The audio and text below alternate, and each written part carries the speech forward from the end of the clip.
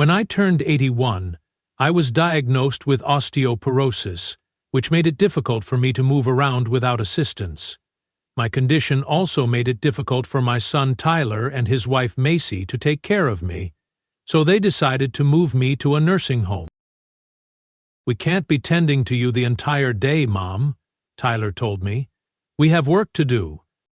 We're not caregivers." I wondered why he suddenly felt that way towards me, as I always tried to stay out of their way so I wouldn't disrupt their daily schedules. I would stay in my room and use my walker to assist me whenever I needed to walk to another area of the house. "I'll stay out of your way, I promise. Just don't send me to a nursing home, please. Your father built this house for me, and I'd love to keep living here for the rest of my life," I begged. Tyler shrugged me off, saying that the house my late husband James had built was too big for me. "Come on, Mom," he said. "Leave the house to Macy and me. Look at all this space. We can have a gym and separate offices. There's plenty of room to renovate." At this point, I understood that his decision to move me to a nursing home was not because he wanted me to get proper care, but to get my house for himself. I was deeply hurt, trying to stop myself from crying upon realizing that somehow Tyler had grown up to be a selfish man. Where did I go wrong? I asked myself when I got into my room that night. I thought I had raised a well-mannered man, but it seems I was wrong. I never expected to be betrayed by my son. Without giving me much of a choice, Tyler and Macy took me to a nursing home nearby, where they said I'd get round-the-clock care from the nurses. "Don't worry, Mom. We'll visit as much as we can," Tyler assured me. Hearing this, I realized that maybe moving to a nursing home wasn't too bad because they'd come to see me anyway. Little did I know, Tyler was lying and simply trying to get me off his back. Every day at the nursing home seemed like an eternity. Although the nurses were friendly and the other patients were nice to talk to, I still longed to be with family and not in a place full of strangers.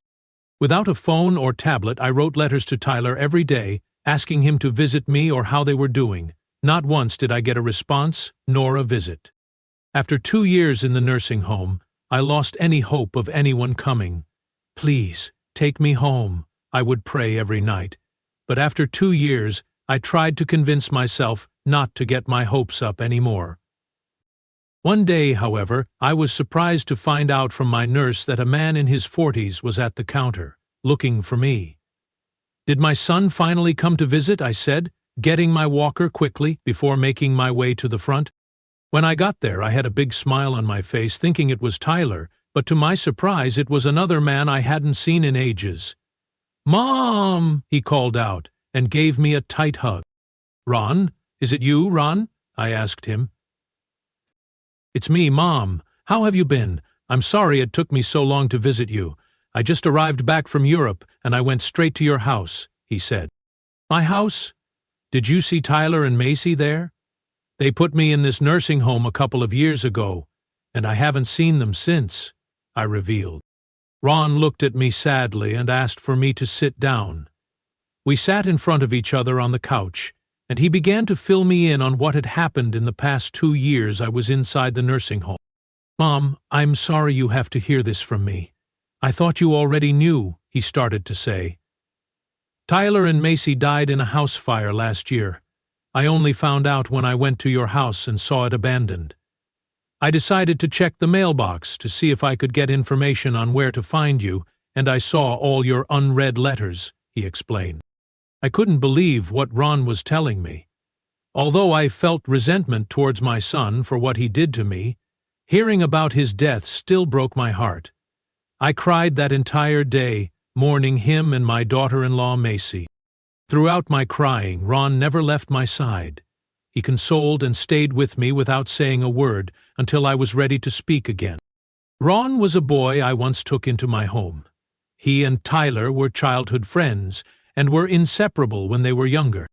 Unlike Tyler, who had everything he could possibly want, Ron lived in poverty and was raised by his grandmother after his parents passed away. I treated him like my own son, fed him, clothed him, and made him live with us until he moved out to study college in Europe. After getting a high-paid job in Europe, Ron didn't return to the US, and we eventually lost touch. I never thought I'd see him again until he showed up at the nursing home. "Mom," he said after I finally calmed down, "I don't believe you belong here in this nursing home. Will you please allow me to take you home? I would love to take care of you," he said. I couldn't help but cry once more. My own son kicked me out of my house, and in front of me was a man who wanted to take me in, even though I wasn't his blood relative. "Would you really do that for me?" "Of course, Mom. You don't even have to ask that. You raised me to be who I am today. Without you, I'm nothing," Ron said, hugging me. That evening, Ron helped Jude pack her things and took her into his newly purchased home. There Jude discovered he had a large family, and they welcomed Jude warmly. She spent her last years in happiness, surrounded by people who truly loved her and cared for her.